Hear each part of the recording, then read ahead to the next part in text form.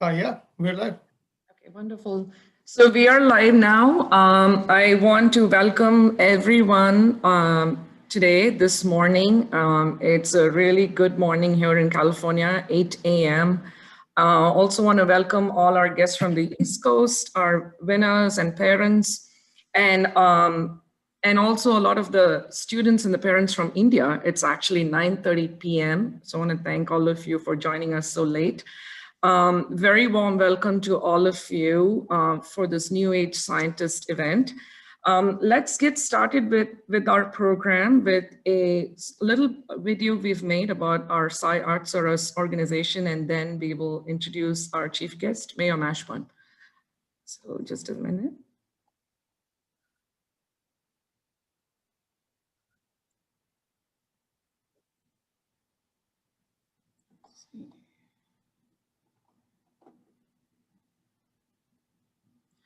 Are you able to see my desktop?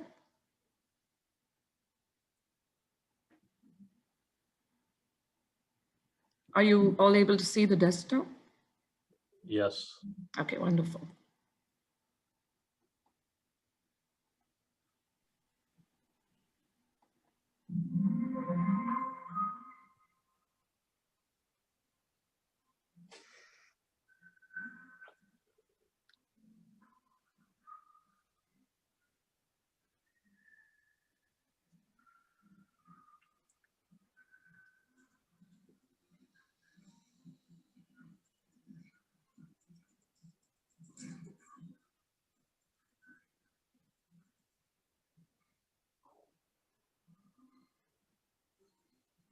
You're not able to see? Yes.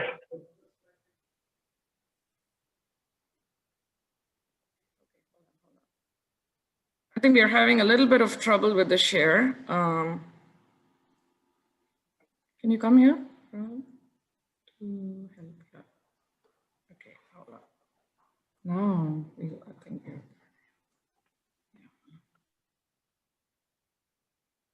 Yeah, you're coming through. We can see it now.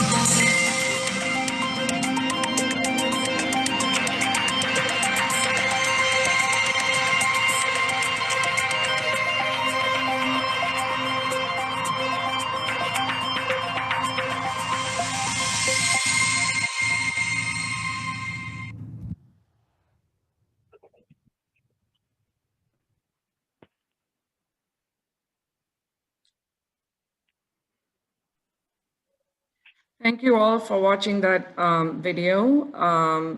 We can get started with our program. Once again, a warm welcome to all of you, and thank you for joining us for this New Age Scientist event on the occasion of World Science Day for Peace and Development, which is celebrated on November 10th. And what a wonderful opportunity for all of us to come together as a result of the COVID Cognizance Contest that we'd organized over late summer, fall for the children to be involved. Just a few quick words, about the mission of our organization. As you saw in our little slideshow, SciArtsRUs is a California-based 501c3 nonprofit that's registered here. Our mission is to promote awareness and sustain interest for not just the sciences, but also the arts and music via several educational opportunities, community outreach programs and events, including accessible and affordable learning modules by children for children. And, we've kicked off a few different programs over the last year for science and arts, and you saw that in the slideshow, via lecture demonstrations, seminars, concerts. And for the scientific aspect, the COVID Cognizance Contest was one of our first events that we kicked off this year, an online event, I have to mention. And we are very thankful for the support that we've gotten from our community, the parents, and all the children for participating in this. And I want to welcome our chief guest for today's event, Mayor Keith Mashburn from the City of SIMI Valley, for kindly agreeing to be in this program and preside over this program. Thank you, Mayor Mashburn. And I also want to thank all our judges and special guests who have joined us. Thank you, Doctor. I very much appreciate being asked to participate. This is quite exciting for me. First, I'd like to tell you just a bit about our city. We are a city of about 130,000 people. We are rapidly becoming quite diversified, which is exciting and good, and it's very accepted in our community. And I think of us as a regional community, like with Thousand Oaks, Newbury Park, Ventura. We work very closely together to accomplish good things. And here we are accomplishing a great thing now, in my opinion, with the New Age scientists. Science is so very important. And we can see that with the COVID pandemic, and quality politicians need to listen to the scientists. The quality politicians aren't necessarily like myself. I'm not a scientist.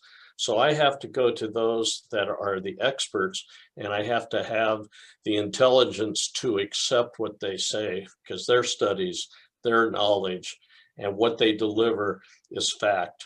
And that is something that I, as a politician, want to always deal in, is strictly the fact. And scientists provide us with those facts.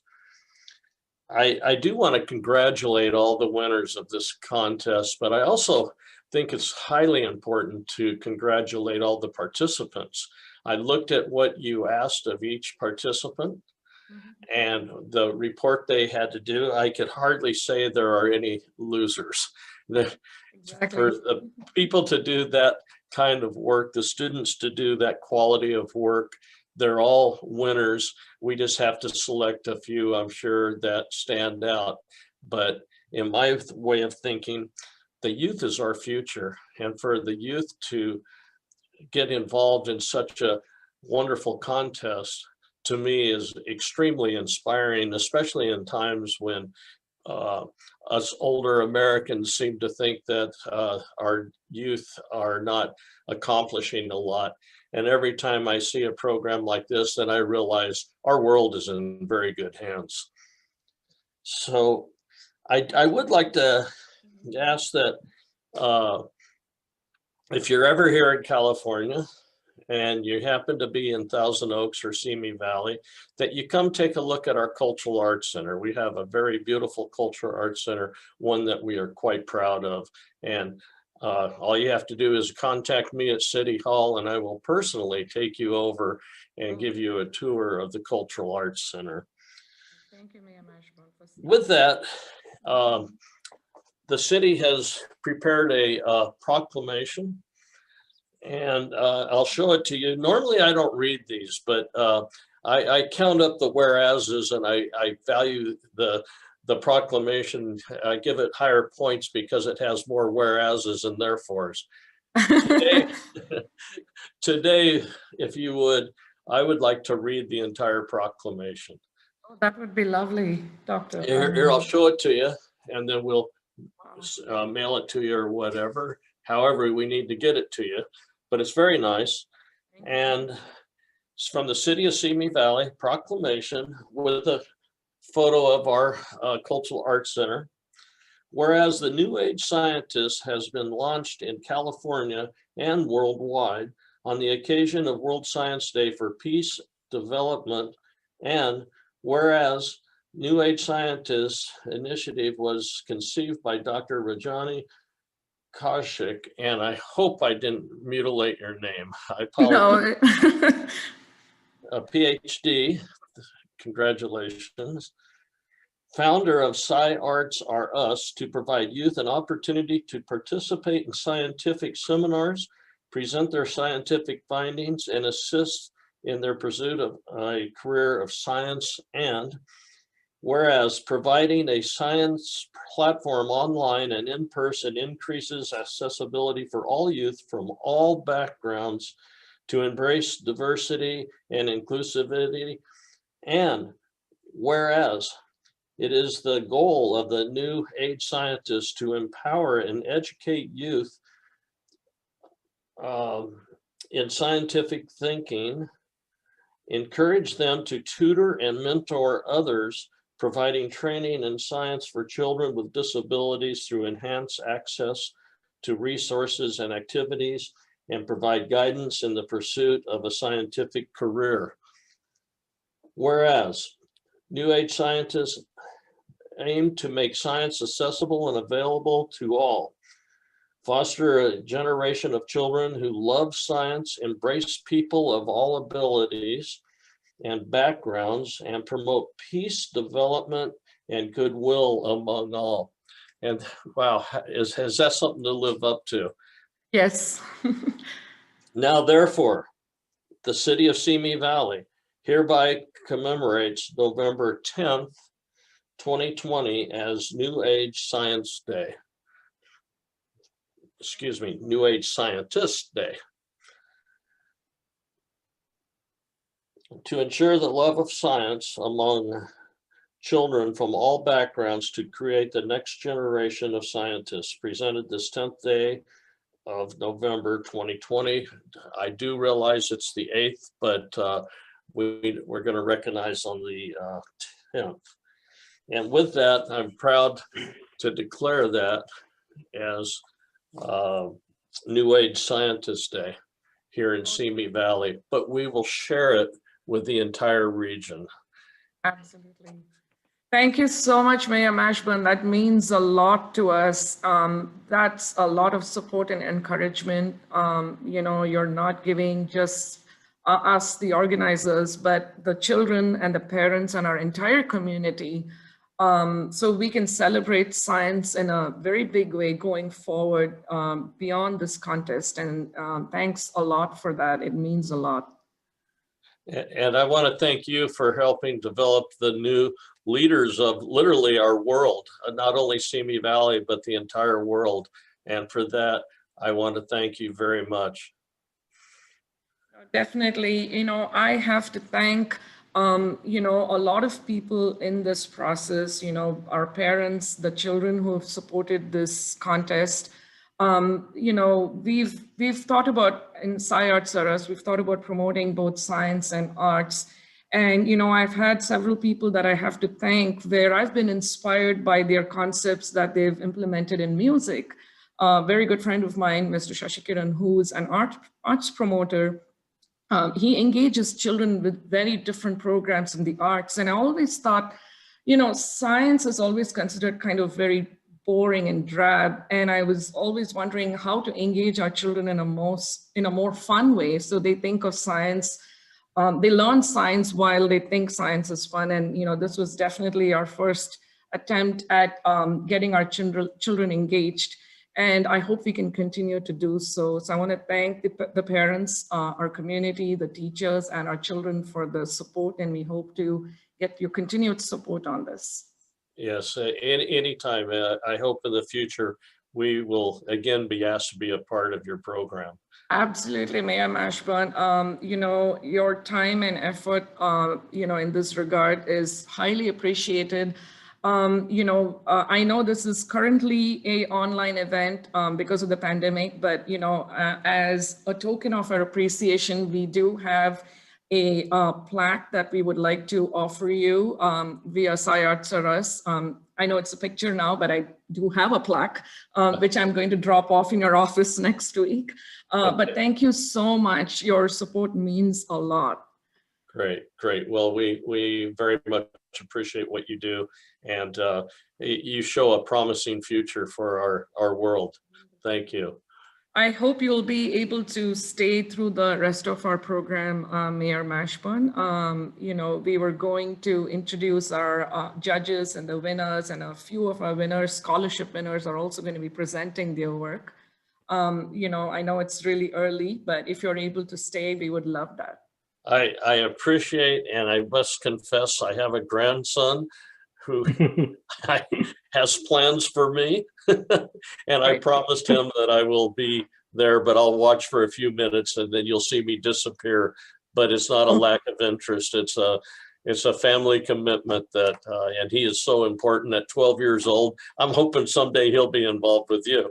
Oh, you know, that would be lovely, Mayor. Thank you so much. Thanks again. Thank you. Thank you, Mayor Mashburn. We really appreciate your support. And as Ranjit mentioned, it's a great way for us to celebrate science, and, you know, really great effort from all the kids and the parents and also all the judges. So, and again, thank you for the appreciation on this. No, thank you. And please accept my invitation to sometimes come by and see what we have to offer and what we're doing here in Simi Valley. Absolutely. So if we could move on to our next part of our program, you know, for the benefit of, you know, everyone else who's watching, I just wanted to quickly review what our COVID Cognizance contest was about. So this contest, you know, came about, I think everyone's able to see my desktop at this point, right? You're able to see the slide? Yes. So, this contest came about. Just a second.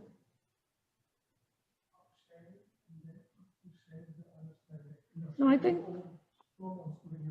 No, I think. Hold on one second. Rahul tells me that you're not able to see the flyer. The slide that you should be seeing is the one that says judging criteria. Do you see that? Right now, all we see is the slide presentation. Apologize for the technical difficulties. Do you now see the There we judging go. criteria slide? Yep. Okay, wonderful. So, so what I wanted to mention was in late summer, you know, we thought about coming up with the COVID Cognizance contest, you know, while the COVID pandemic, you know, I know it's still ongoing. We still haven't quite contained the pandemic, but while this was still peaking in the summer, you know, and we were having discussions around, you know, why is this so much more challenging than some of our other, you know, diseases? Like, why is it not like the flu? So we would have these discussions at home constantly and with friends. And we said at that point, you know, why don't we engage our children, you know, to think about science a little critically. And, you know, because the COVID pandemic and COVID-19 was something that was not very well understood, we said, why don't we come up with a few different topics and open it up to children, you know, between the ages of 6 to 17. And we came up with a few different topics, such as understanding and trends. So, get an understanding of what COVID-19 biology is, the causes for the infection, symptoms, what's the geographical distribution of COVID-19, how is it evolving, a few topics on the prevention and cure, and some database recommendations, based on school openings, social gatherings, and so on. And so we were very excited to get over 35 children registered for this across, the United States and India. And what we had asked the children to do is to submit an essay based on the research that they had done for the topic, a PowerPoint presentation. So they made slides, and then they also submitted a presentation where they presented their work. And this package was submitted to our very kind judges, Professor James Bowie, Dr. Mallik Paranandi, Professor Ron Capito, and Dr. Anuradha Sreenivasan, who spent a lot of their time judging the kids' submissions. And this is a lot of effort from the children and from the judges. And they were judged on a few different criteria: originality, depth of content, clarity of presentation, energy and effort, and visual appeal. And like Mayor Mashburn mentioned, I don't think there are losers. If you look at all the submissions, the amount of work and effort the children have put in, it's been incredible. And when we get to our judges, our judges will share their thoughts on their experience on this. So that's how the contest came about. So before we move on to the winners, what I'd like to now do is introduce our esteemed judges. So I'd like to start with Professor James Bowie. Professor James Bowie is from the Department of Chemistry and Biochemistry at UCLA. He basically has been working on proteins at a very early age. And as you can see over here, you can read his bio in very detail, but he is not only a highly accomplished professor, his interest in proteins began at a very early age. His obsession, as he says, began at high school when he did a research project on blood clotting enzymes with Kenneth G. Mann at the Mayo Clinic in his hometown. This research project won him a trip to the International Science and Engineering Fair and the Westinghouse Award, experiences that further stimulated his interest in science. I can sort of see the same kind of pattern. If our children, continue doing these programs, they can get inspired so much by Jim's experience. He then went on to Carleton College, where he got a BA degree in chemistry with distinction. And he did research in carbohydrate chemistry at the University of Minnesota before entering graduate school at MIT. And then, he pursued his postdoctoral work with David Eisenberg at UCLA, and then continued working on structure prediction and determination by X-ray crystallography. And he's been a UCLA faculty since 1993. And one very important detail that I have to mention here is I actually did my PhD in Professor Jim Bowie's lab, and I graduated about 16 years ago. And Jim has been my mentor, and he's been an inspiration for me. And it's surreal for me right now that Jim is, in an initiative that we are doing in science. So thank you so much, Jim, for joining us today, for all the time you took in judging, and your support continues for us. And I'd like to turn it over to you to say a few words.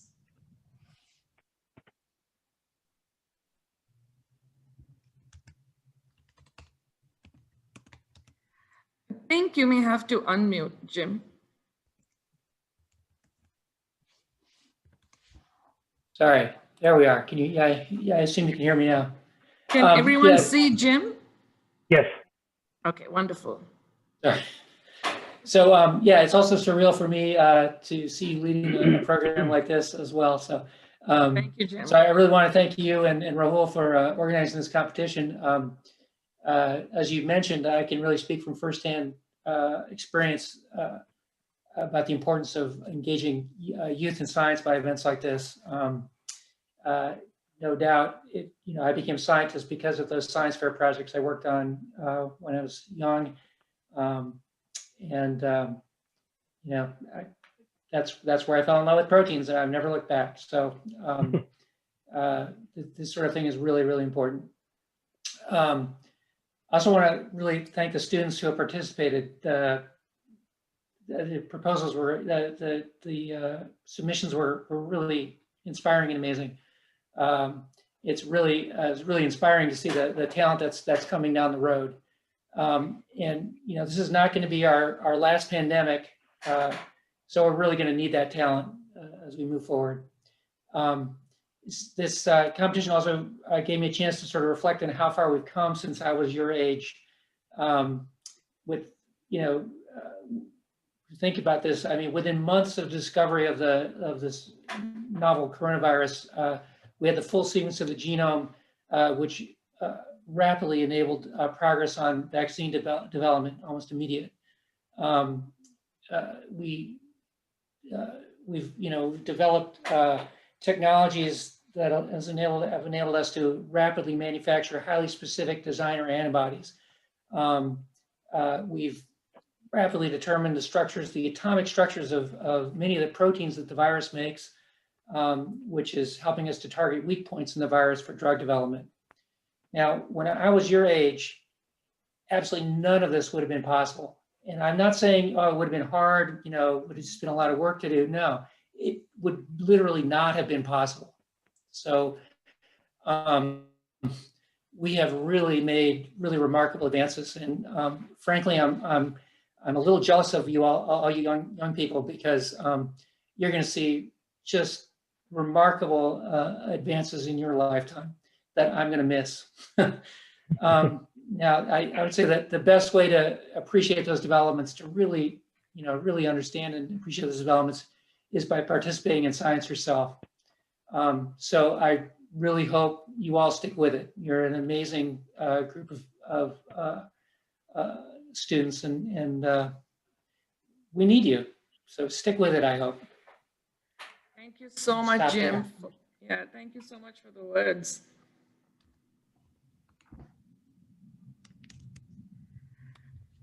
This means a lot, coming from you. Your support means a lot to all of us, and we hope to continue engaging you in some of our programs. I'd like to now introduce our next judge. Actually, I'd like to turn it over to Rahul. Welcome, Ron. Are you able to see the slide? Yes. Okay. Yes. So at this point, I can maybe just turn it over to the Zoom view. Just a second, please. Rahul, you can get started. Can you hear me? Yeah, yes. Great. So it's really my privilege to introduce our next judge, Dr. Ron Capito, who is a professor of biology at Stanford University. Ron's really a stalwart in the field of cell biology. He's won numerous awards and recognitions in the field, including the recent Lifetime Fellow Award from the American Society of Cell Biology. The research from the Capito Lab has, over the years, made major advances in our understanding of protein quality control by cellular systems. And these have implications and impact to several important fields like cancer and neurodegenerative disease, as well as diseases like cystic fibrosis, just to name a few areas. And on a personal note, it's been a great honor for me to conduct my doctoral work in your lab, Ron, in the Capito Lab in the late 90s and early 2000s. So Ron, thank you very much for accepting to be a judge for this contest, and maybe we could turn to you to provide some remarks on your experience and some words for the children. Well, good morning, and thank you for organizing this wonderful event. This has been an unusual year in every single possible way, and it's the first time I've had the opportunity to read and judge scientific work from people under the age of 12, which has been truly refreshing. And one of the things that I thought of immediately when I heard about your program was how frightening the coronavirus has been for all of us. By now in November, we've already been living with it now for 8 months or longer. But in early summer, it was very new and truly frightening. And my firm belief is that the best way to deal with things that are really frightening is to understand them. And what I find so remarkable, and the reason why I was really enthusiastic about one of the reasons why I was enthusiastic about this is, I think it's the best way for everyone, children, and I wish they had a COVID cognizance program for adults as well, to help us all understand what goes on. So my hat goes off to both Rahul and Ranjini for dreaming up this idea, and especially to all the children and their parents and teachers who really put in an amazing effort in reading and thinking and drawing and illustrating this very mysterious and hopefully a little bit less scary thing that we're all facing. And you know, every single one of us, I believe, feels like they need to take some action and do something when they're faced with this big threatening enemy. And I can tell you that as a scientist and as a research scientist who does not work on viruses, does not work on infectious diseases, in fact, I've never worked on either of them, I and all of my colleagues were spending, you know, the whole time that we were locked up in our homes reading and learning about viruses. So we were doing the same thing that you children were doing. And honestly, I didn't know much more about coronaviruses than any of the 8-year-olds who wrote their papers, just to begin with. Yeah. But what I did do, and one of the things that I got very excited about was I discovered, so Rahul did a very nice job introducing the research that I do, but what my research fundamentally is about is understanding how proteins are made and destroyed in cells. And proteins, of course, are the essence of what makes a virus or any other living thing work. And the thing that we're most interested in about and understanding how to cure or treat the coronavirus infections is to understand what the proteins do. And I happen to be thrilled to find out that one of the very lesser known proteins in the coronavirus, a protein called ORF8 or ORF8, is something that interacts with and intersects with the research that we do in my lab and have been studying for many decades. And so this opened a door for me to start to be curious. And we are now doing our little contribution to understanding this virus. And I'm reading your ideas, students' ideas. Was inspirational to me as well. So I thank all of you, especially the children and the teachers who helped them through this. And I hope it helps you understand and make this scary thing a little less scary. Wow, thank you, Ron. That was just incredible. Thank you for providing that concept, and also, you know, the translation between the research that you're doing, this just amazing research that you're doing in the lab, as well as, you know, the pandemic that we have and all the efforts that you put in as a judge. Thank you very much. Yeah, thank you so much, Ron. It's nice to see you after so many years. Absolutely. And thanks for all the support. You know, it's incredible how much time you spent on this too. So thank you again. And for the very insightful words. It's amazing that, you know, you've been inspired by these little children. And I think the children will be in turn inspired, you know, because of that, to continue doing these and continue getting excited about science. So I'm so happy that this has been a great experience for all of us. So thanks again, Ron. And I think Rahul's going to introduce our next judge. Yes, so our next judge is Dr. Mallik Paranandi. Malik is a close friend of mine. We spent many, many years together at Amgen. You know, he brings more than 2 decades of experience and leadership in, you know, aspects of process development and product development. And he has been an integral part of the successful commercialization of more than 20 products. This is an amazing thing for anyone to say that are on the market today, including biosimilars and, you know, really all aspects of operations and commercialization. Malik has had very significant contributions to. He's just a passionate leader. He's very much focused on talent in addition to the technical and scientific aspects of launching these products. And, you know, he's just had a great inspiration to many of us who were at Amgen for a long, long time. And so thank you, Malik, for being a judge on this contest. We really appreciate your efforts. And maybe I could turn it to you to say a few words as well.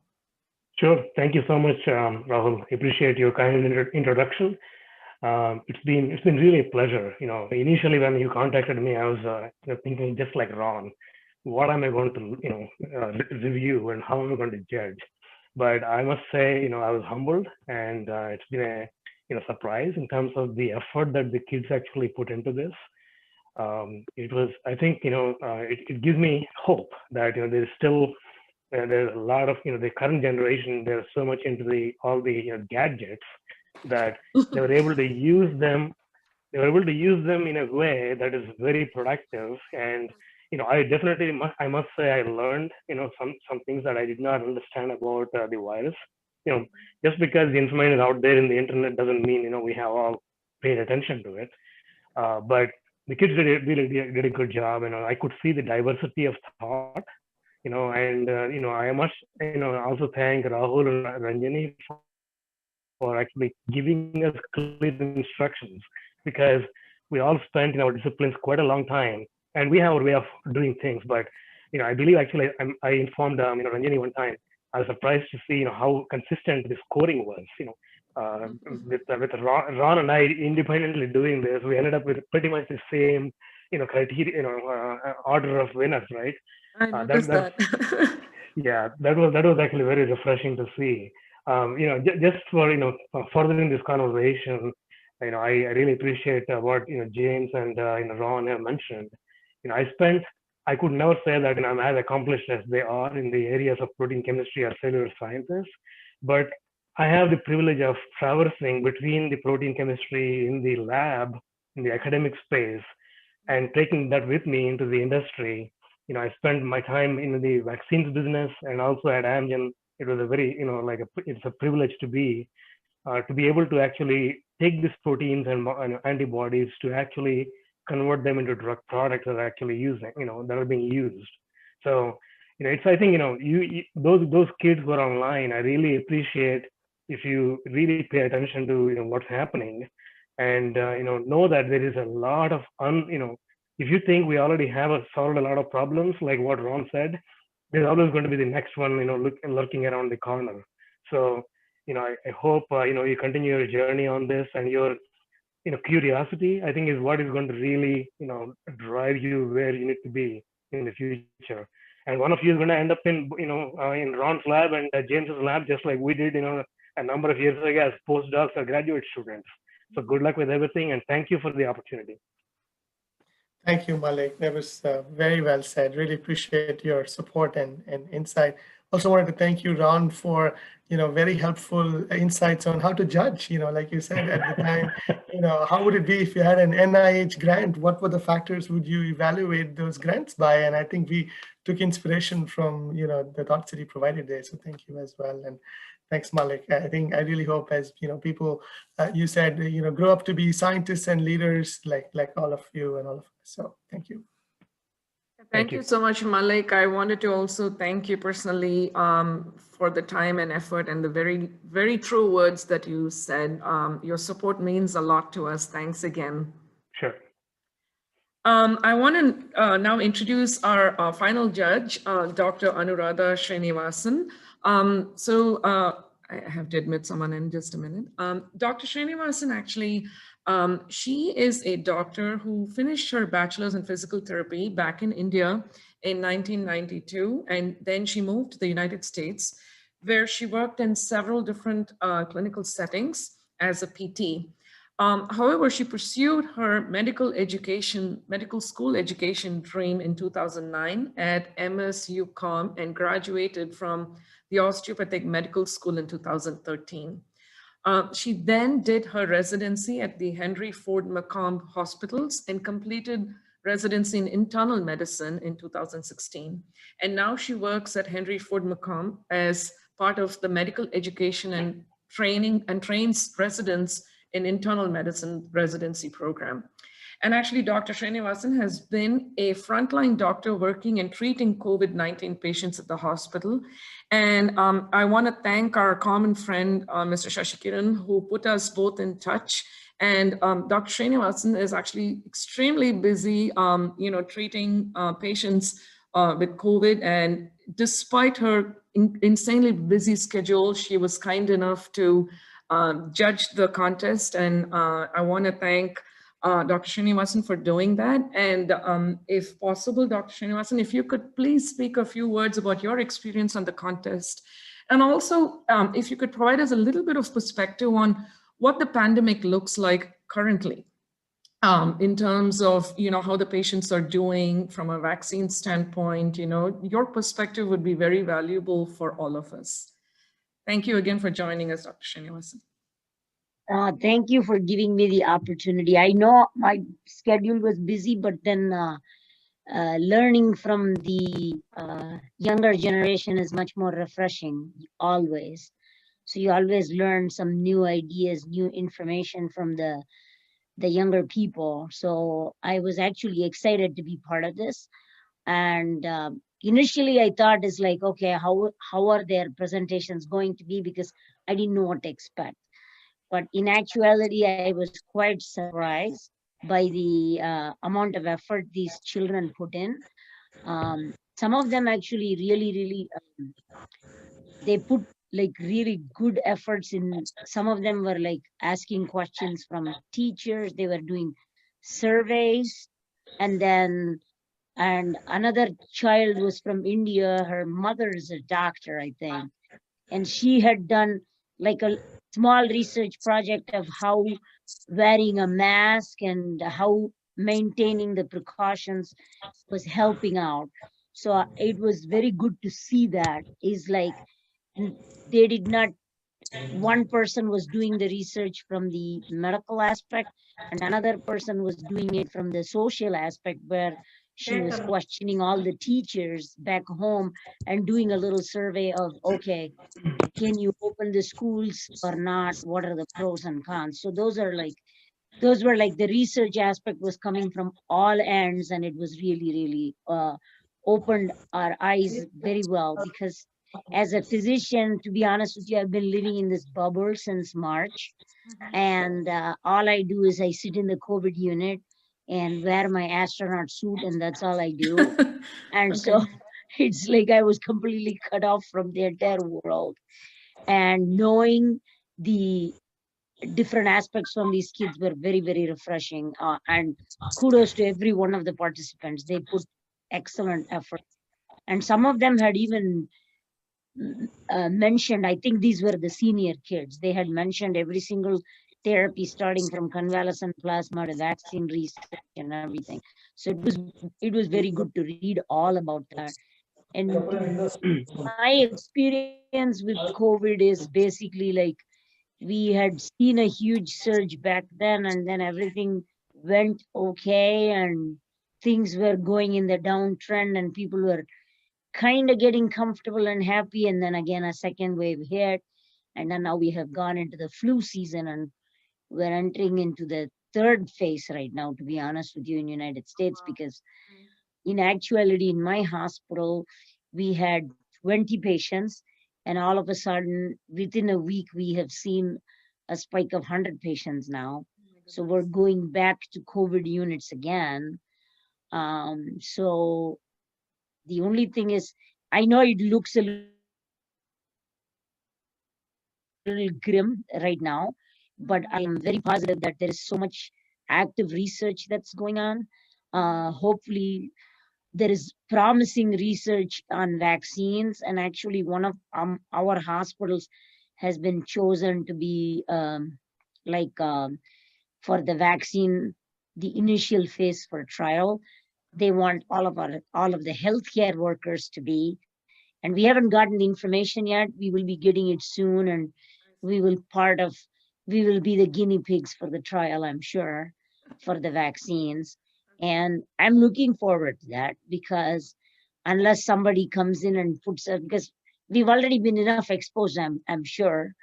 So hopefully we can try and do that. And I think by next year, somewhere in spring or summer, we should have a good vaccine, good alternative. I think that's how the direction of the vaccine trials are going. So I'm thinking positive that that's what would happen. And thank you for the opportunity. Thank you so much, Dr. Sreenivasan. I have to thank you. We have to thank you for taking the time to, encourage the children and for being a judge. And I know you and I have talked a few times about the progression of the pandemic. And I know, like you said, while it sounds grim, it certainly sounds like there is light at the end of the tunnel. When the vaccines come out, hopefully, we can return to some level of normalcy by summer, hopefully next year. But, I just wanted to thank you one more time for all your efforts and your insight. This was very helpful. Thank you. So at this point, what we'd like to do is we have a few different guest speakers, and I'm going to let Rahul introduce our guest speaker, Mr. Ram Narayan. So Rahul, I'll turn it over to you. Great, yeah. So it's really my privilege to introduce our guest speaker, Ram Narayan.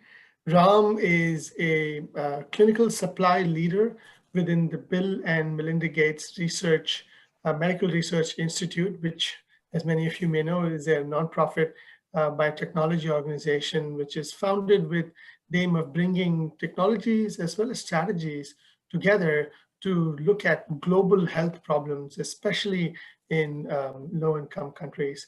Ram has had, more than 2 decades of experience in this field. He's had leadership in various aspects of supply chain, and Ram and I worked together also at Amgen. He's a hands-on leader. He's also an entrepreneur, and he's worked on fostering several cross-functional relationships with clients as well as with companies. And so with that, let me turn it over to you, Ram. Thank you for agreeing to be a guest for the show. We really appreciate it. If you could say a few words, that would be really great.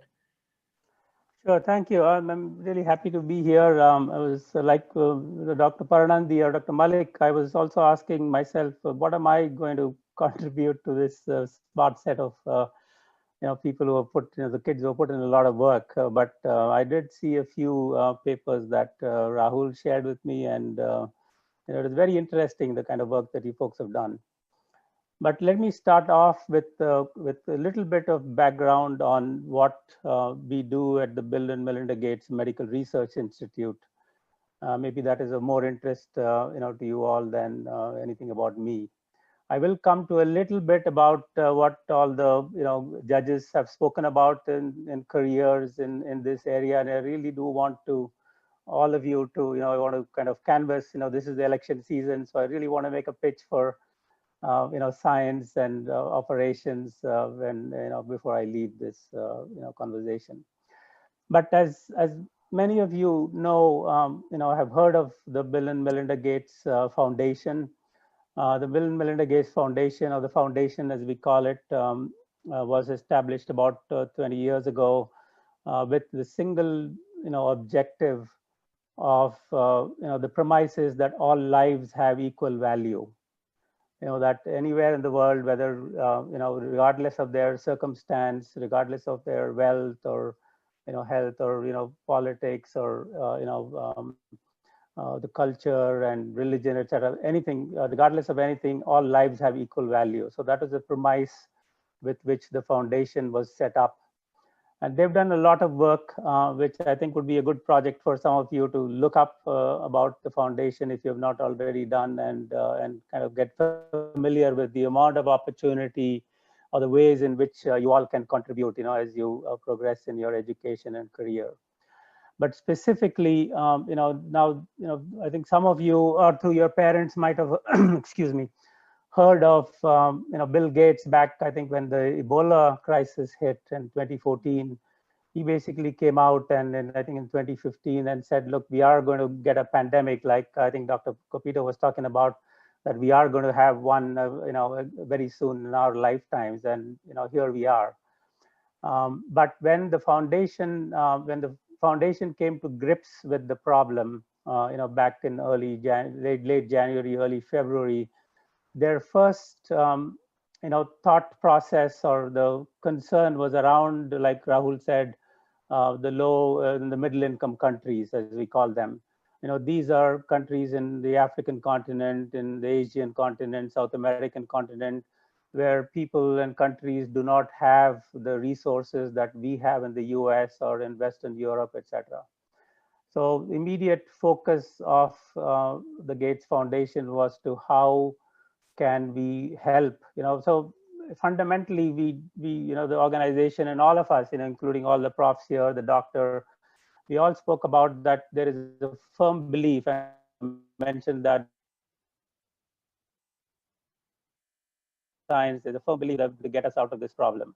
But what about that solution or the solutions, whether it's therapies that some of you wrote about, vaccines that Dr. Sreenivasan was talking about, so how does it reach those countries? So that doesn't happen by magic, because you're talking about, I think some of you might have addressed this. You're talking about all the 7 billion people in the world have an equal chance of getting affected. You talk about equal access or equal, every life has an equal value, but every life here is going to be equally affected because fundamentally it's your health. If you no longer have access to your health and well-being, that's not what life is all about.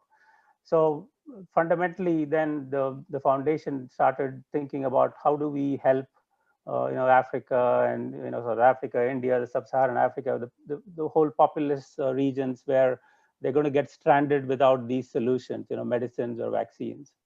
And that was how the foundation started funding or getting people together, in the absence of, lots of the pace at which governments can operate, to the mayor's very candid observation that, yes, we do need the public policy folks. It has to be a combination of public policy, scientists, engineers, the manufacturing, all the people here on this call, all the adults on this call, teachers. So we do need all of them together, but ultimately we have to think about countries where this is not so easily accessible or available. So I was very interested. So a couple of you spoke about that in your essays. How about access, and I think in your core, your goal of this organization also, it's about access and giving back. And giving back is what the Gates Foundation is all about.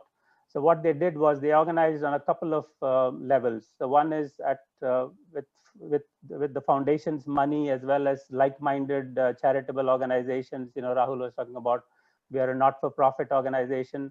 So we are not here to make money, but but we are here to find a solution that could be made available to the countries that need it, who don't have the money or the resources. So on two levels, we started getting people together on research, like the professors here, academic research, industry research, and how the premise was that all these countries that we need to help, the lower and middle income countries, do not have the resources, the hospitalization, all the ventilators and all the, doctors, if you will, available to treat. If there are so many millions of people out there in India, as an example, 1 billion people, you do not have the resources to treat them.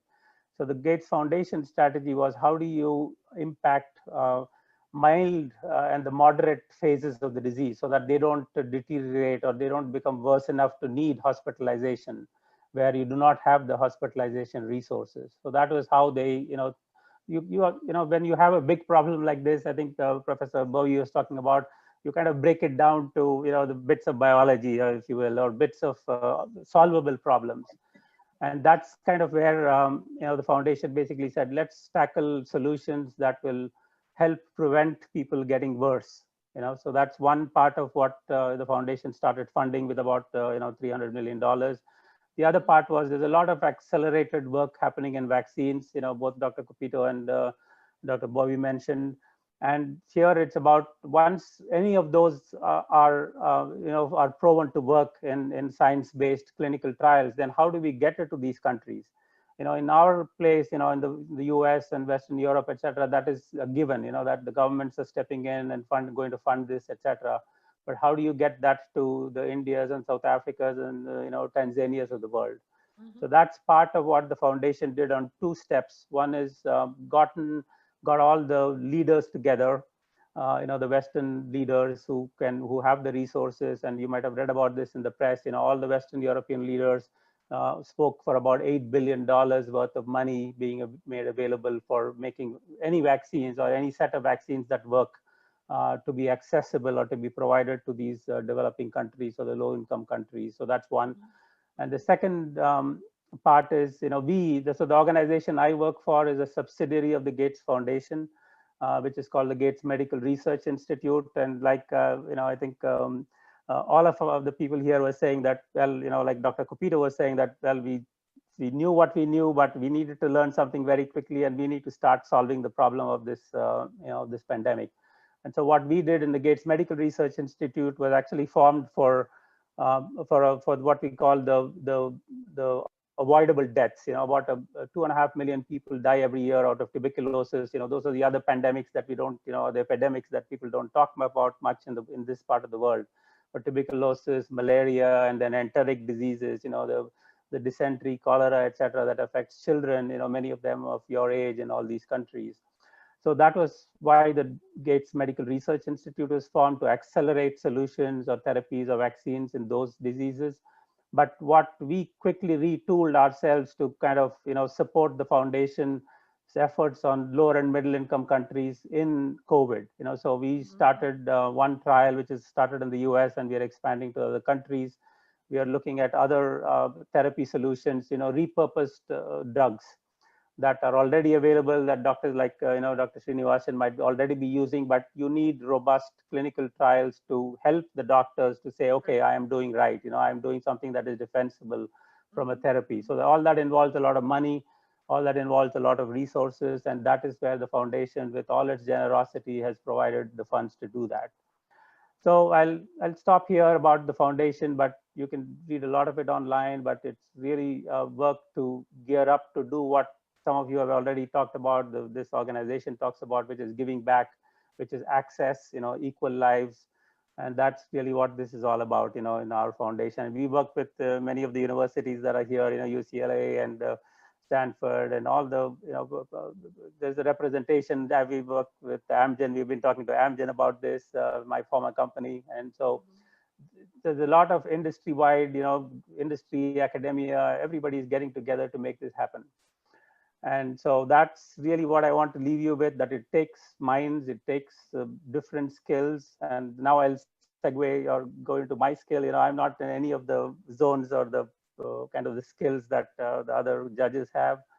But my experience is in supply chain. So once the professors here discover the cool proteins and the antibodies and something that can affect the disease, and people like Malik and Rahul and Ranjani, make this stuff or figure out a way to make it, then how do you get it to all these countries? How do you put it into a vial, and how do you, securely transport it to all these countries so that all the 7 billion people get the medicine? So that's where operations comes in. That's what I've been doing for, not that I'm directly involved in this yet, but that's a slice of what I do. And Dr. Sreenivasan was talking about doing vaccine trials, so obviously, you heard that she's very busy with all the patients. But people like me are responsible for making sure that this doctor, when she treats a patient, has those, the vials or the tablets or the syringes available, so that she can not worry about that. That her problem is to treat the patient. My problem, or Malik's problem, or Ranjani's problem, is to make sure that the drug is available to the vaccine is available to the doctor on time. That's the other side of the whole biotech business that I really want to make a plug for, as you people think about, life and think about how things come together. How do you go to a store and get, a box of cereal or toys or, your iPads, or how does it all come together? Similarly, it's as complex and more complex medicines coming together. And not to minimize anything that Dr. Bowie or Dr. Kopito or anybody said, but hey, that's cool stuff, what they do. But what we do in kind of getting manufacturing and supplies to everywhere in the world is really, really cool stuff too. It's very difficult to make sure that it happens. And, and I invite all of you, think about not just the upstream research, as we call it, but also the nuts and bolts of how do you make them, how do you ship them, and how do you securely deliver them. That's cool stuff. Exactly. That's very cool stuff indeed, Ram. And yeah, thank you very much for providing both the perspective on what the Gates Foundation does in the Research Institute, as well as the fascinating world of supply chain and its relevance to our pandemic. So thanks once again for being a guest for this event. Thank you so much, Ram. This was very educational for everyone attending, especially the children. I think, it's kind of putting the puzzle pieces together. This was so valuable. Thank you for your time, and thank you for joining us today. This was very, very useful for all of us. Before I move to the next section of our program, I wanted to mention, let me quickly share my desktop for just a minute.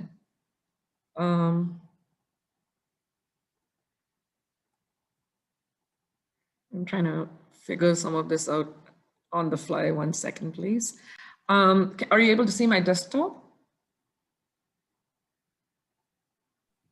Yes, we can see the judges. So I just wanted to, say that we have plaques for the judges, thanking them for their time. We will be shipping it to you with a token of our appreciation. Thank you one more time for your time, judges, and your support. It's highly appreciated. And also wanted to thank Ram. We'll be mailing you a plaque also. It's very interesting how we have to do events these days, but hey, I really appreciate everyone taking the time today on a Sunday to join us. So now let's move on to the next part, the most awaited part of our program. So what we're going to do is we're going to announce the winners of the contest. All the winners are here in Zoom with us, almost all of them. While I'll announce every category, I'll stop sharing my desktop, and then each of the children, we want to give them 1 minute to just talk about what their topic was, what grade they're in, what school, and then just give us like one-liner on what they learned in the interest of time. We've shared all the presentations of all the children that participated on our Facebook page. So I'd be happy to share it with anyone, or you can definitely go check it out. So the winners in the sub-junior category from ages 6 to 8, the first prize went to Ananya Jami from Chettinad Harishri Vidyalayam in Chennai, India. Congratulations, Ananya. The second place goes to Rhea Kaushik from Sycamore Canyon School in Thousand Oaks, California. And the third place goes to Jessica Joel, Red Oak Elementary from Oak Park, California. So at this point, what I'd like to do is really quickly stop sharing. And I would like to invite Ananya Jami to say just a few words about what her topic was and what she learned from this exercise, from this contest. Hi, Ananya. Hi, ma'am. Hi, ma'am. Hello. You want to introduce yourself? And yes, go ahead. Hello, my name is Ananya Jami. I study in Harishri Vidyalayam. I in 2nd standard. Thank you for this opportunity to speak. My congratulations to the other participants as well. Through this contest, I learned about coronavirus, how it affects our body and how we can stay safe. I educated my friends and family about coronavirus and prevention methods. I also surveyed 217 people to understand their awareness of the virus. I look forward to learning about more topics through such contests. I once again would like to thank SciArtsRUs team and the judges for this wonderful opportunity and the digital certificate. Thank you. Oh, wonderful, Ananya. Thank you so much. That is so lovely. That was such a great, very inspiring to know what you learned. We will now have Ria Kaushik say a few words about the topic that she chose and what she learned. Ria, whenever you're ready, you can speak. Okay.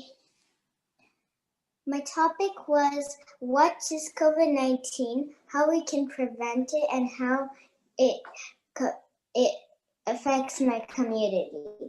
What I learned from it was how people get sick from COVID-19 and how viruses can kill cells by making more copies of itself. I enjoyed this contest because it taught me new things to learn about COVID-19 and about our communities. I hope we get a great cure soon. Thank you, judges, for this prize. Thank you, Ria, for sharing your thoughts on the contest and what you learned. And we'll now turn over to Jessica, who would like to say a few words about her topic and what she learned. Jessica, it's all yours. Hi, my name is Jessica Joel, and I'm 8 years old, and I live in Ventura County in Oak Park. My topic was database recommendation. Should we go back to school or not?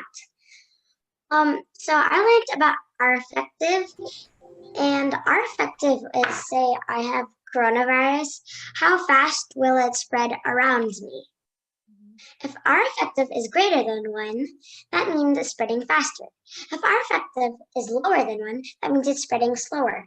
I saw that in California, R-effective was spreading really fast.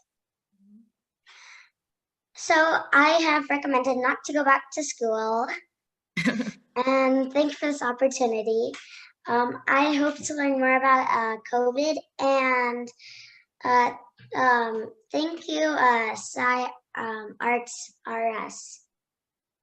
Thank you so much, Jessica. That was such a great piece of work. What a quantitative way to understand where the virus is spreading faster than others. Thank you for that. I hope everyone gets to see these presentations that we've shared on our Facebook page. I'd like to go back and share the screen again so I can announce the next set of winners. Please let me know if you're able to see my screen. I'm sorry, I'm not able to sort of toggle back and forth. Are you able to see my screen?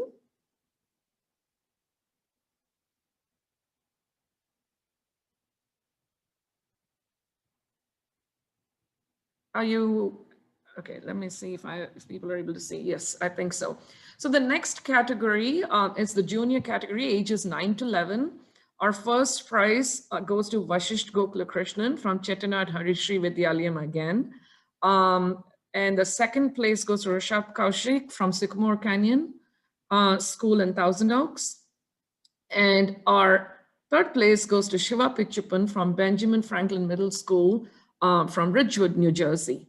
I'll quickly stop sharing my screen, and let's move to our first prize winner who would like to say a few words. Would you like to say a few words? Yes. Vashisht? Mm-hmm. All of you hear me? Yes, able to hear you. Hello, everybody. I want to take this moment to thank all the judges and organizers for conducting this event and giving me this award. I chose the topic, database recommendations on when schools should reopen, how to keep workplaces safe, and general recommendations on social gatherings. I was drawn towards this topic because the opening of schools impacted me directly, and I was very curious about how things are going to work out. As I started digging a little deeper and doing more research, I realized that the issues that I was facing with respect to COVID-19 sitting in Chennai, India, were global in nature, and every other school-going kid was facing the same problem. I went about my research by conducting interviews with experts in various fields, including my principal, who was very gracious in providing me time, as well as valuable inputs, and the experience of talking to these very knowledgeable people enhanced my view of the impact of COVID. Overall, I really enjoyed putting together my presentation, and I think events like this provide kids like me the opportunity to understand the impact of global phenomenons like COVID-19 a little better and helps us grow into better informed individuals. I would like to end with a Tirukural, which is one of the oldest Tamil literature, which captures the current pandemic situation. Noi nadi, noi mudal nadi, adu tanikum vai nadi, vaiput cheyal. Essentially, what it means is we need to know what the disease is, what causes the disease, and the cure for the disease, and act accordingly. Thank you once again. Lovely, Vashish. That was so fabulous. Thank you for sharing those thoughts and also the wonderful, verse that you shared with us. Thanks so much. Thanks a lot. So Rishabh, would you like to say a few words about the topic, our second prize winner, the topic that you chose and what you learned from this contest? Yes, of course. I'm Rishabh Kaushik. I'm going to Sycamore Canyon School in Thousand Oaks, and I'm going to 6th grade. My topic was treatment options for COVID-19. What I liked about this topic is that I got to learn a lot about more vaccines and how it can fight viral diseases by helping the immune system make antibodies and T lymphocytes to fight viruses. I also learned about herd immunity versus immunity from the vaccine. So whenever I took the flu shot annually, I never knew what its purpose was for. But with this contest, I understood the purpose of taking flu shots, or for COVID-19 vaccines in this case. So when the vaccine comes out, I urge people to take it. Thank you, judges, for this award. Thank you, Rishabh. I think, this message is coming across from everyone, our judges, that the vaccine is going to be our solution to overcoming the pandemic. And when it comes out, hopefully we all can get vaccinated. Thank you, Rishabh. And I'll turn it over to Shiva Pichappan. Could you please briefly explain your topic and a little bit about what you learned? Thank you, Shiva. Yeah, sure. First, I'd like to thank the judges and SciArtsRUs for this great opportunity. And hello, my name is Shiva Pichappan, and the topic I chose was, can you provide recommendations on social gatherings based on observations and data? Mm-hmm. Through the process of my project, I learned that something unique about COVID-19 is that you spread the virus to 2.5 people on average. The half of that spreading is done before you have symptoms. Mm-hmm. In other words, you spread the virus to 1.25 people before you know that you have the virus. The only way to eradicate COVID-19 is to lower the 2.5 to a number that is less than 1. Since there's no vaccine or cure for the virus, the only preventive measure is to practice social distancing and wearing a mask. Okay. No, I think this is very useful. It's a very interesting number you came up with, Shiva, over there. Thank you for that. We should all look at the amount of effort these children have put into these presentations. So I urge everyone, if you get a chance, to please take a look at it or reach out to us and we'll share it with you. Thank you again. I want to share my desktop again so we can go to the next category of winners. If you're able to see, I hope you're able to see. So the next category of winners were in the junior category from ages 9 to 11. Our first prize, I think we finished this. So let's go to the sub-senior category, I'm sorry, ages 12 to 14. Our first prize winner was Sonal Jaiswal from Little Flower School in Jamshedpur, India. Our second prize winner was Ritu Velu, right here from Newbury Park High School in Newbury Park, California. And our third prize winner was Manu Charvana from East Middle School, Oak Creek Franklin School District in Wisconsin. So when you have a moment, Sonal, I'll turn it over to you to say a few words about your topic and what you learned.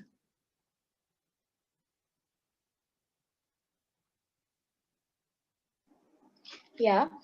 Hello, I'm Sonal Jaiswal, the lucky winner who bagged the first place in the sub-senior category. I took up the topic, data-based recommendations where I presented my thoughts on opening schools later this year. I took a detailed survey from students, parents, teachers, and my friends.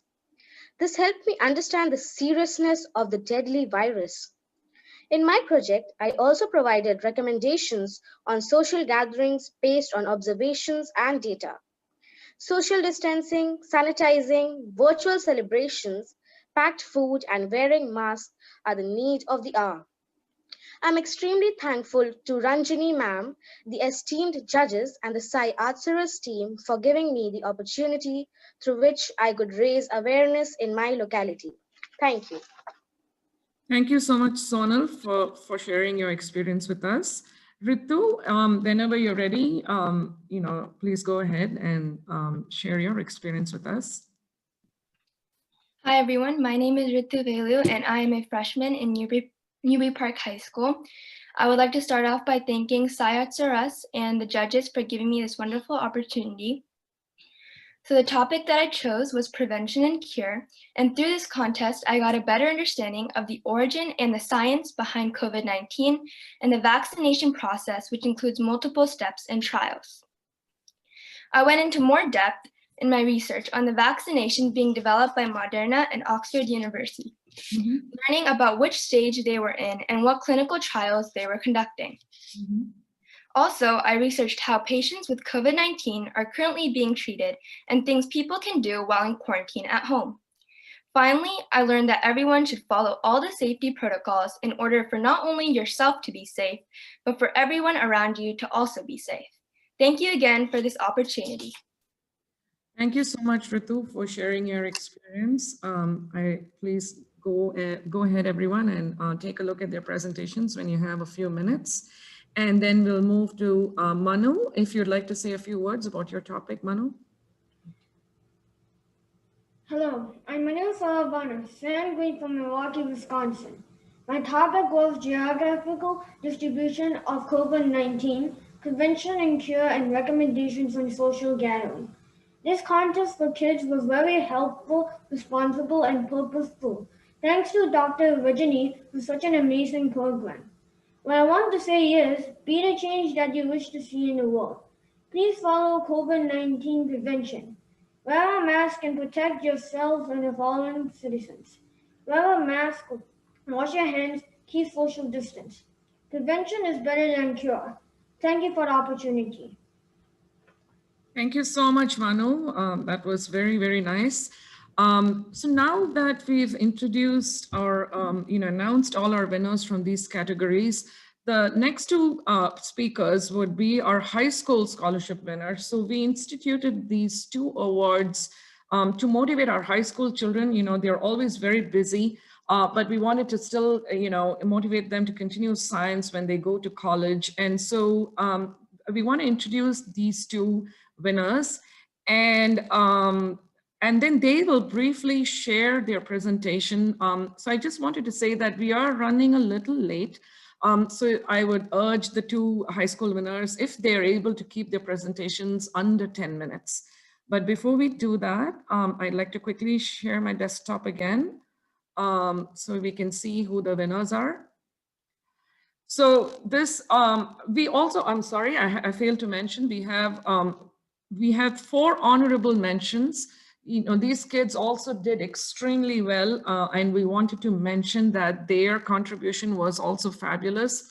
Tarunika Ardhanari in the sub-junior category from Chettinad Harishri Vidyalayam, Varun Bhatt from the junior category Sycamore Canyon School in Thousand Oaks, Arav Parthiban again from Chettinad Harishri Vidyalayam, the junior category, and Nital Adav from the sub-senior category from Chettinad Vidyalayam.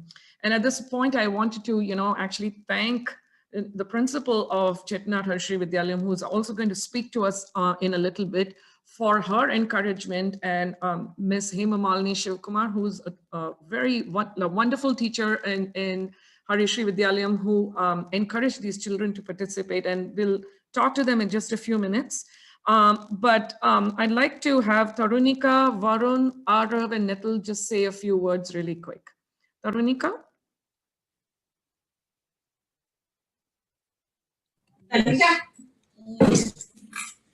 Good evening to all. I'm Tanika Atanadi from Chettinad Harishti Vidyalayam.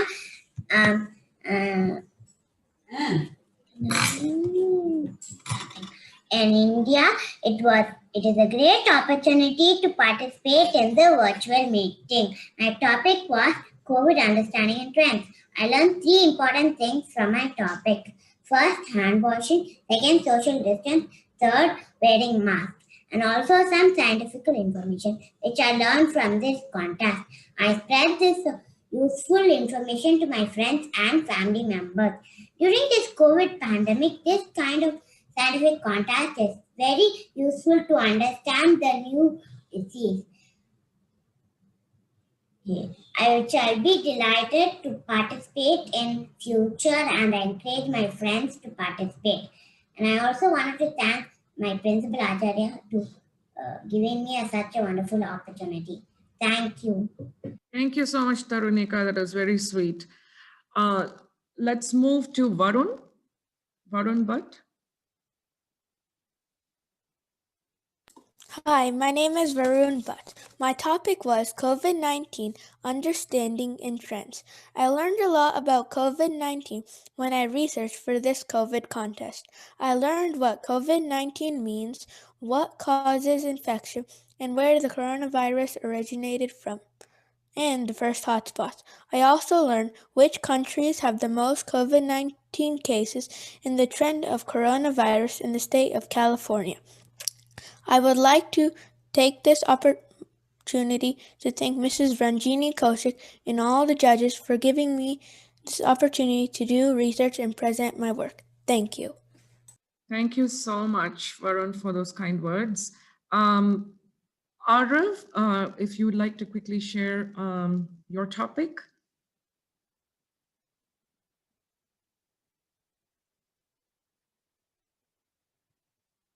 Is Arav there?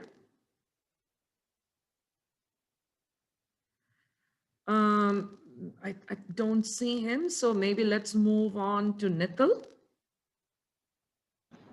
Hello everyone, I'm Nitil Aravindan from Chettinad Harishri Vidyalayam and I'm in grade 8. I would like to thank SciArtsRUs and team for the opportunity to compete in this contest. The topic I chose for this contest was COVID-19, its causes, its symptoms, and its geographic distribution. By competing in this contest, I was able to learn more about COVID-19's different symptoms, how and in which period it spreads, and how its count was increasing and decreasing all around the world. I was also able to include my experience of lockdown in Japan by participating in this contest. I think by participating in such programs and contests, children will be able to learn more about different aspects of science and in the future will be more willing to learn about different topics.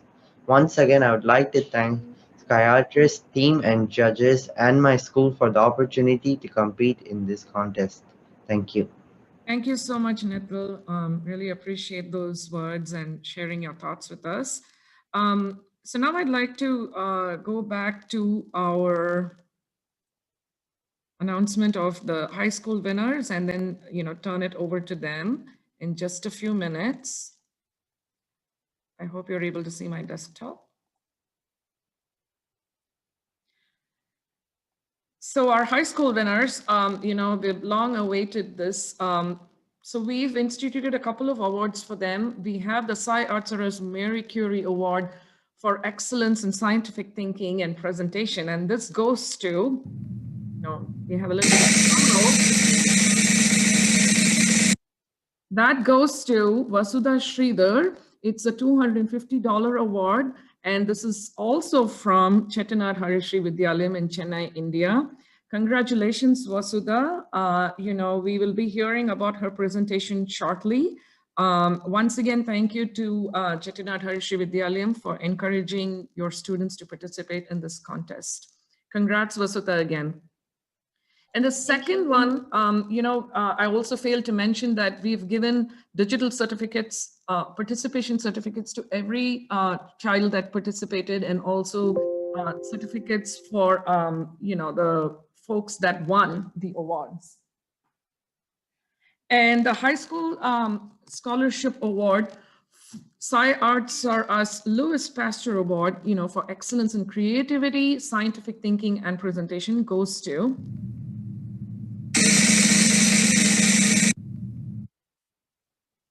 Sadhana Jaykumar, a $300 award from Newbury Park High School right here in Newbury Park, California. And without further ado, I'd like to turn it over to the two speakers to share their presentation and their work. Congratulations again, Sadhana, for the wonderful work. I will share your slides in just a moment. And if you're able to please keep the presentation under 10 minutes, that would be very helpful. We can start with Sadhana first. Are you all able to see Sadhana's slides?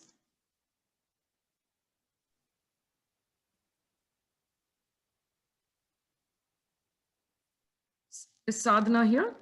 Yeah, I'm here. I can't see my slides though. Oh, is everyone able to see the screen? What I'm sharing? Yeah, we're seeing Cindy Goldberg. Okay, hold on a second. Still trying to get used to the sharing of the screen. I think now you might be able to see the slides. Are you able to see, Sadhana, your slides? Yeah, I can see my slides now. So please tell me when I need to switch to the next slide and I can drive the slides for you.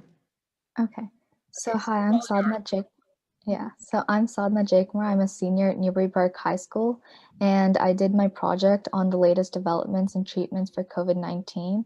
So what I did was I researched and evaluated various treatment options that are available or are currently being investigated. You can move on. I think you can skip this slide. So as many of you know, the virus SARS-CoV-2 was identified in December 2019 amid an outbreak of respiratory illness cases, which makes sense as the virus is known to primarily result in respiratory symptoms. You can click, yeah.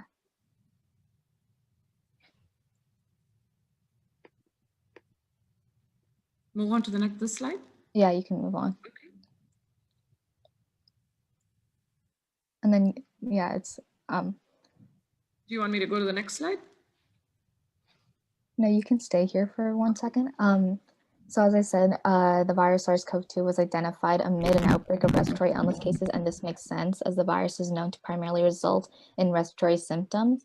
For instance, lower respiratory tract infection-related symptoms such as fever and dry cough were initially reported from those who contracted the virus, and as a result, shortness of breath and dry coughs are generally symptoms of COVID-19. Mm-hmm. You can skip this slide. Okay. So moving on to current treatment options and developments in treatment plans for COVID-19, I would like to first address the misconception many people had and may still have that antibiotics can be used to treat the SARS-CoV-2 virus. And this is not true because antibiotics are designed to kill or stop bacteria specifically from reproducing. It's antivirals that can be used to treat viruses. Mm-hmm. You Mm-hmm. can move on. That's a really good point. Mm-hmm. Okay. Mm-hmm.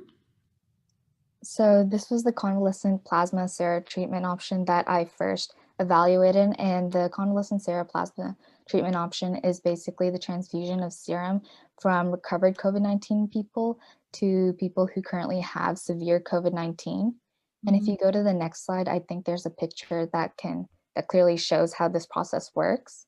Mm-hmm. So as you can see, there's a COVID-19 patient, and after they've recovered, blood is drawn from them, and those antibodies that were used to fight that disease in the original COVID-19 patient are then transferred to someone who currently has severe COVID-19 with the hopes that those antibodies can then be used to combat that disease in this new person. Okay. Should I move to the next slide? You can move on, yeah. Okay. So remdesivir is an experimental antiviral drug that can inhibit viral RNA polymerases and enzymes that help replicate viruses. And some studies have even shown that remdesivir can result in clinical improvement in patients with severe COVID-19. Okay. You can click, yeah. So this is just from a study that has shown that there is clinical improvement with patients with severe COVID-19 who have received dosages of remdesivir.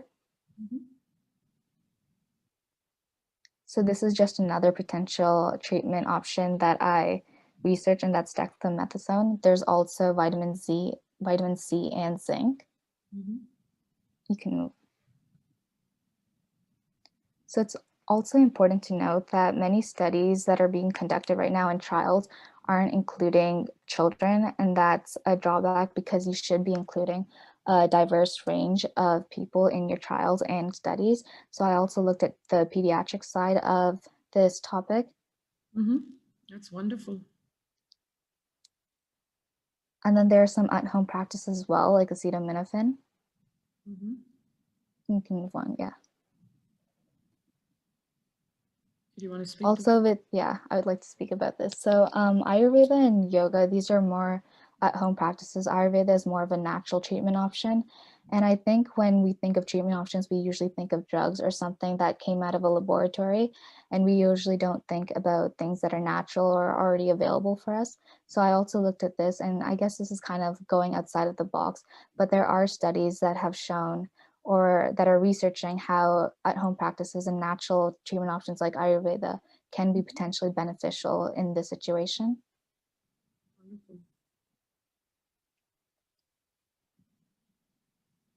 I think you can skip this slide.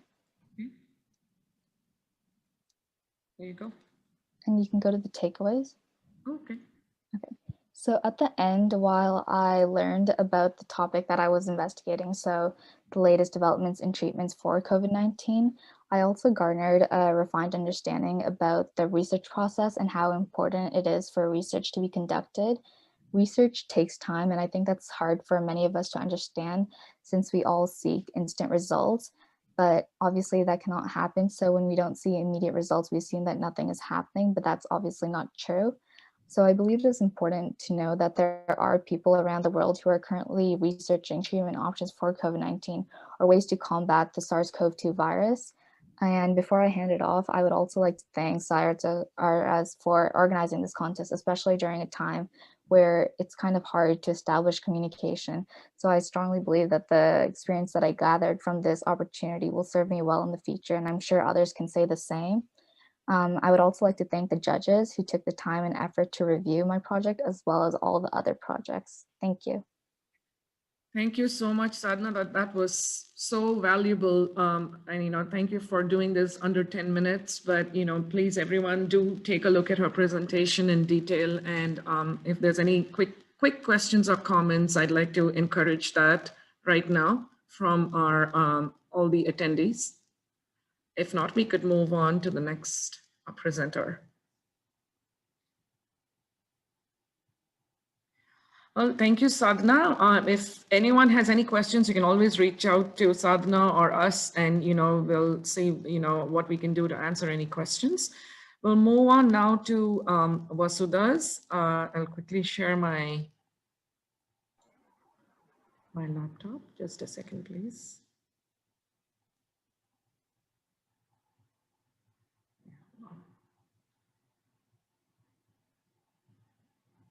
I think I might just share it and then.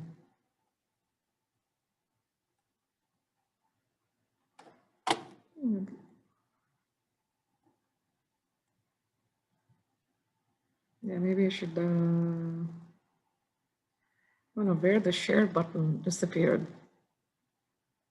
Wow. So maybe if Rahul can just help. Yeah, just a second. I'm not sure if I'm sharing at the moment or. Yeah, it's not allowing me to share actually for some reason. So minimize this. Yeah, hold on.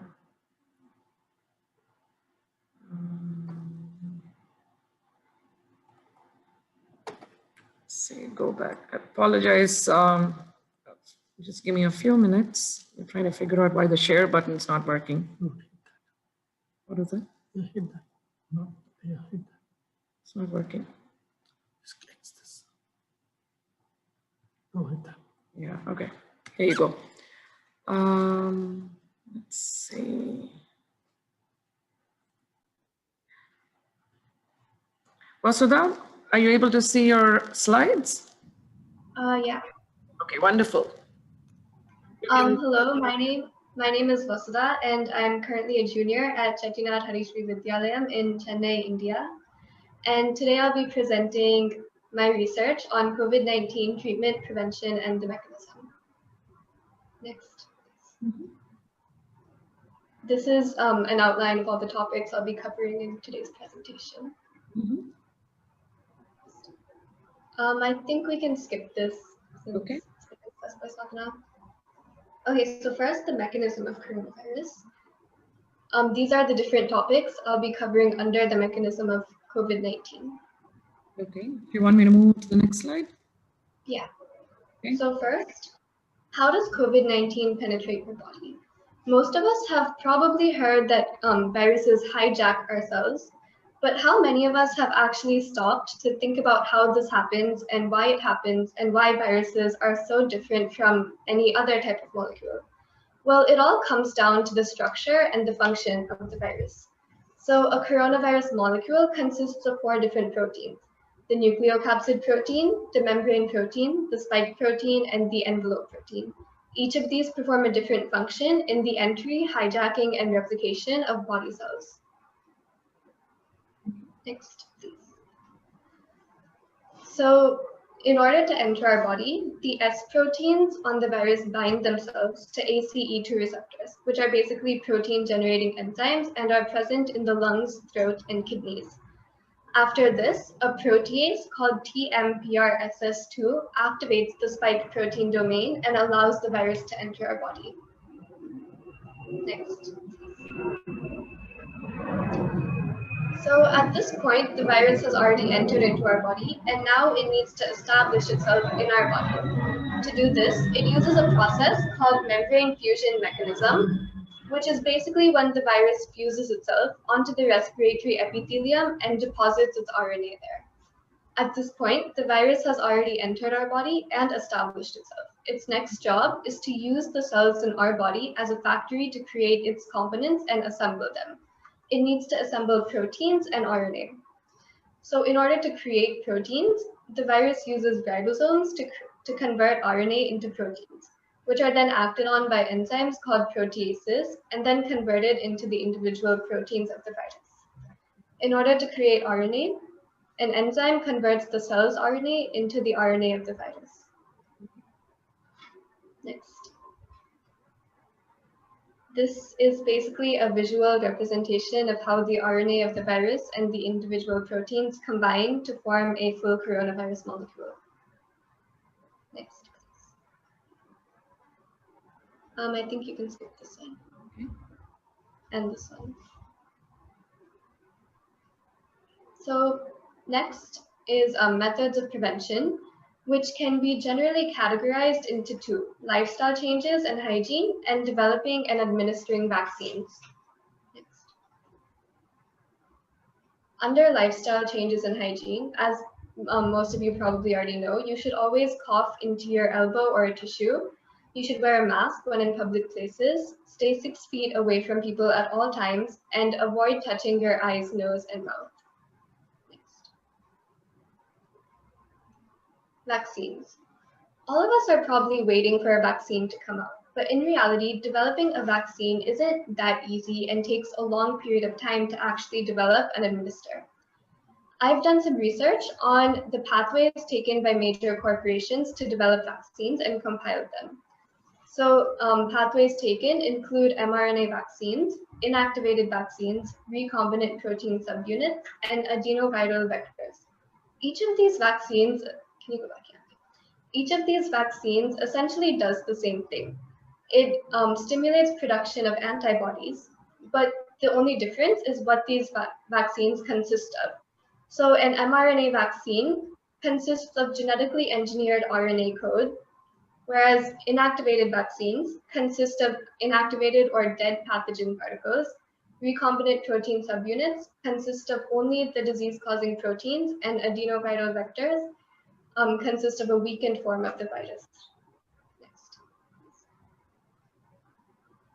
This is basically a graph that breaks down vaccine development.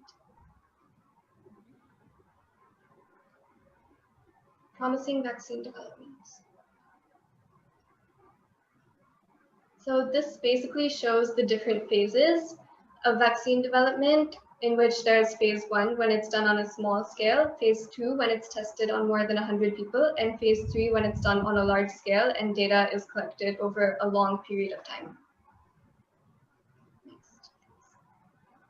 This table basically shows the different vaccine developers, the name of the vaccine they've developed, the pathway they've taken, and the phase that they're currently on, or that they were on at the time.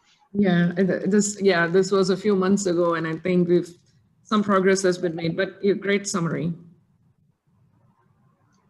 Okay, next is the treatment methods for COVID-19, which I have generally categorized into 3. General treatments for viral infections, pre-existing treatments that are used against other viruses, and convalescent plasma. So general treatments include taking lots of rest, drinking fluids, eating healthy, and taking acetaminophen. Some promising pre-existing antiviral treatments include remdesivir and chloroquine. Remdesivir was used to treat SARS and MERS, and studies have shown that patients that received this drug recovered faster. Chloroquine has been proven to inhibit the coronavirus's ability to replicate and also decrease the capability of ACE2 receptors to bind to the coronavirus, and therefore patients who receive this drug also recover faster. Next is treatment using convalescent plasma, which, as Sadhana explained, is when you take the plasma containing antibodies from a COVID-19 patient and give it to, from a previous COVID-19 patient and give it to the recipient. This method is still undergoing experimentation, and scientists are not exactly sure how effective it is. But there's also a couple more drawbacks, such as the donor and recipient must have compatible blood types, and the plasma must first be tested for diseases. In conclusion, to prevent the spread of this virus, lifestyle changes must be implemented, and although vaccines and medicines are being researched, it will take a long time to develop these completely and finish researching them and finally administer them on a large scale. I'd like to thank the organizers at SciArtsRUs for providing me with this opportunity, and all the judges for taking the time to look at my entry. Thank you. Thank you, Vasudha. This is wonderful. How educational, both of your presentations, incredible amount of effort and work that's gone into it. Have to thank the children, shout out to the kids and the parents and the judges for also looking at all of these. Thank you so much. I apologize, we're running just like about 10 minutes or 15 minutes late. I appreciate everyone's patience. I want to quickly move to the next part of our program. Hold on one second. So I'd like to actually invite Ms. Cindy Goldberg. We are very, very fortunate to have the president of the Conejo Valley Unified School District Board of Education join us today at this meeting. Thank you for patiently waiting, Cindy. We really, really appreciate this. Cindy Goldberg is not just the president of the Conejo Valley Unified School District. She is also a mother. She was a public school teacher, and she firmly believes in the power and importance of public education.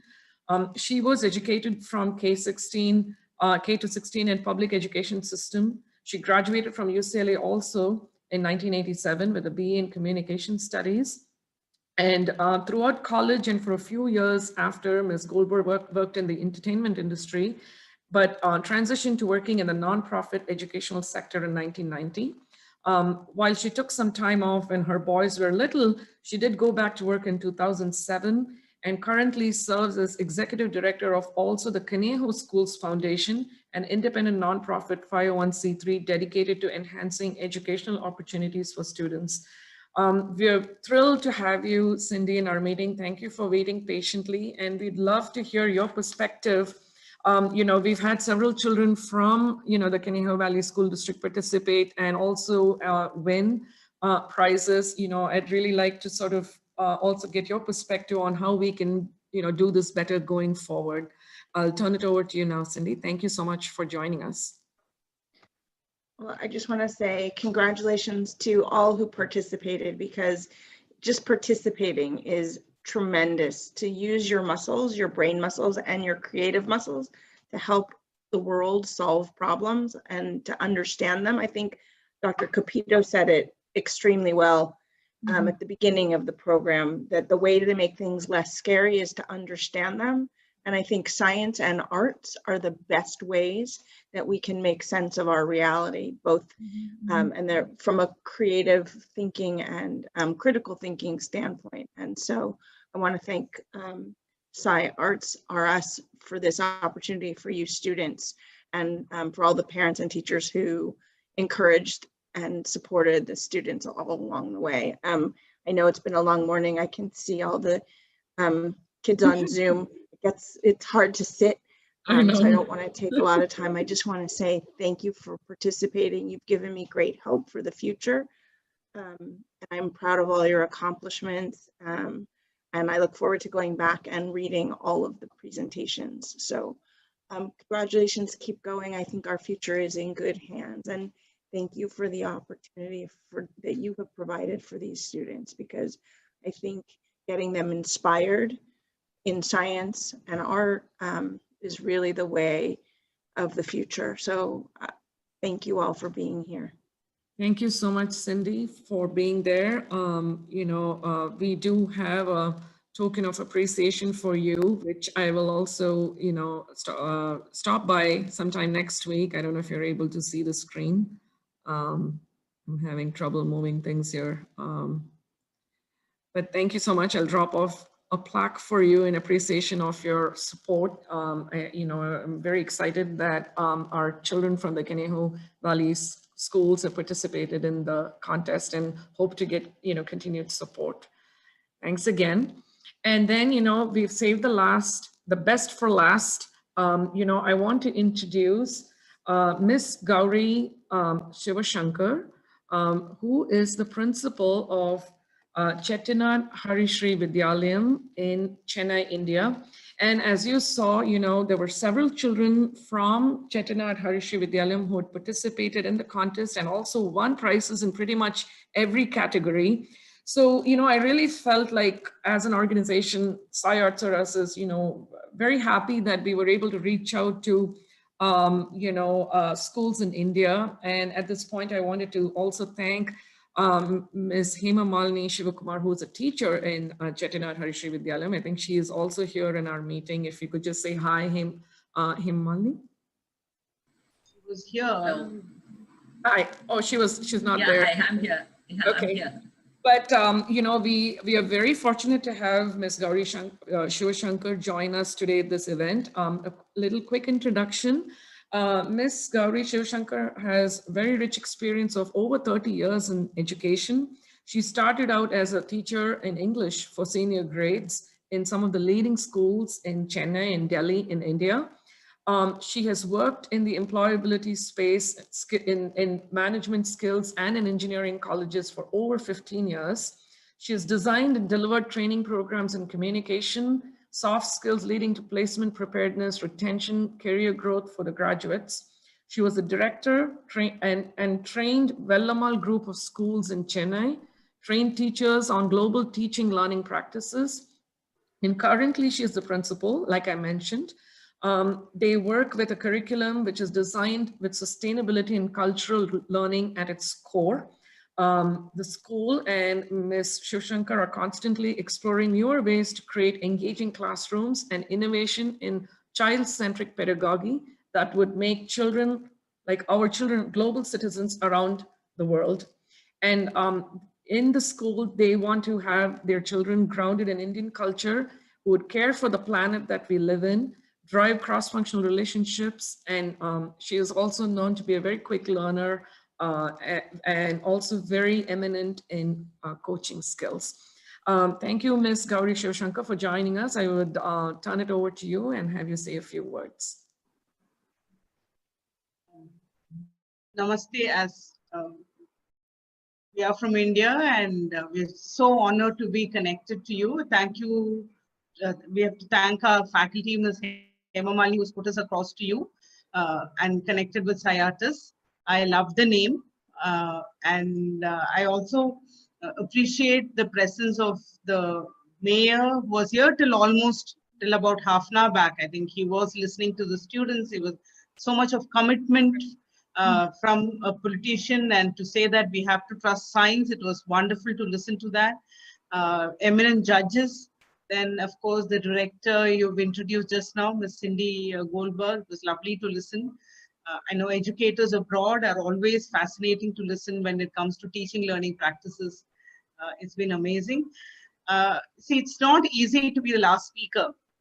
And I know everybody's just waiting to log off. It's 11:30 and these children have to come back to class tomorrow morning at 8:30. So I'll not keep it, I won't really talk all that I wanted to say, because I'm so overwhelmed with joy to see so many of our students being able to ace through the, almost every category we had a prize. So it was very, very thrilling to understand the process, the parameters, the eminent judges, how they went about judging, and on an international platform, even if there were, like you say, about 40, 50 children, and if they've stood out, I think it's really a moment of pride for us. Our school, like I had mentioned in my bio, here we work on creating a very conducive environment where children, in addition to academic learning, are exploring sustainability to protect the planet. That is our vision statement, that children contribute to sustainability. And we make sure that they're rooted in Indian culture. So somewhere the kind of prizes the students have won gives me the feel that, we're getting things right. It's a non-competitive environment, and when they have been asked to face a competition, they've been able to stand out, because we do not encourage competition till about grade 7, 8. And we only start competitions up beyond, and maybe in certain spaces, because we want them to learn for their own selves and compete with themselves, work towards excellence. So these are some of the basic, milestones we want them to achieve. So it's been an amazing journey to watch how they interact with the world outside and, establish a position for themselves. So it's been amazing. And I think children are natural scientists. And like I think Dr. Anuradha said, they are curious, they learn on their own, they beat certain paths, and that is inspiring for us as adults to watch them. So I will not take long. Thank you so much, Dr. Ranjini, for this opportunity to interact.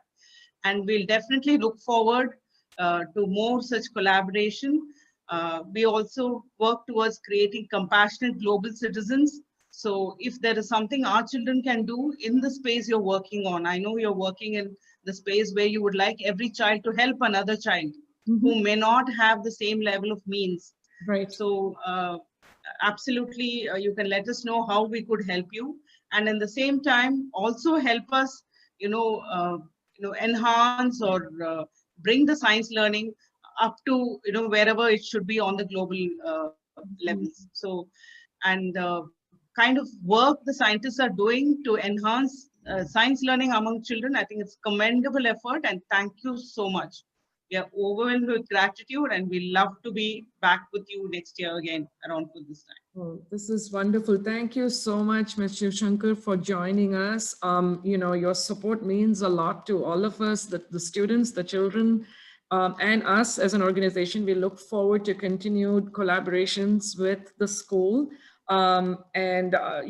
This is exactly what we wanted. We wanted like this sort of dialogue amongst children, globally, and get them all excited about science, in whatever little way. And while this was a contest, there is no losers, like, Mr. Paranandi mentioned. Everyone is a winner. We all learn when we think scientifically, we all win. Thank you so much again. One thing I wanted to quickly mention, I think I saw Hema Malini Shokumar, if you're still there. Yeah, I am. Yeah. Thank you once again, Malini, for all the efforts. Malini is a teacher actually in Chettinad Harshi Vidyalayam, and she is an inspiration to all the students. Thanks to her, a lot of the students participated from the school. Thank you, Malini, if you have a few words before we finish up. Sure. On a personal note, Ranju and Rahul, I'd like to applaud the work that you and SciArtsRUs is doing in this space. In that sense, really good job. Awesome job, you guys. As far as the children are concerned, each one of them who presented here today, it just leaves me awestruck. Not much of a science background personally for me, but coronavirus has been demystified now, and I can just, tomorrow morning, I can get out there and say, hey, I think I can handle this thing. So that's the confidence these guys have given us. And I think, like Mrs. Goldberg said, we are in safe hands. Yes, and sure. Just like, I would like to thank my principal who spoke just before me for the constant push and encouragement, towards science for the students. Thank you, ma'am. Thanks, Ranjit.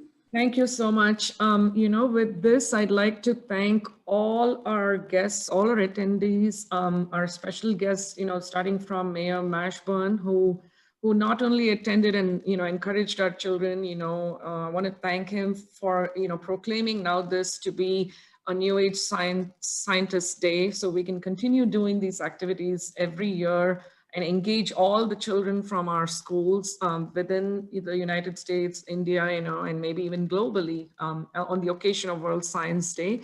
I want to thank all our judges one more time.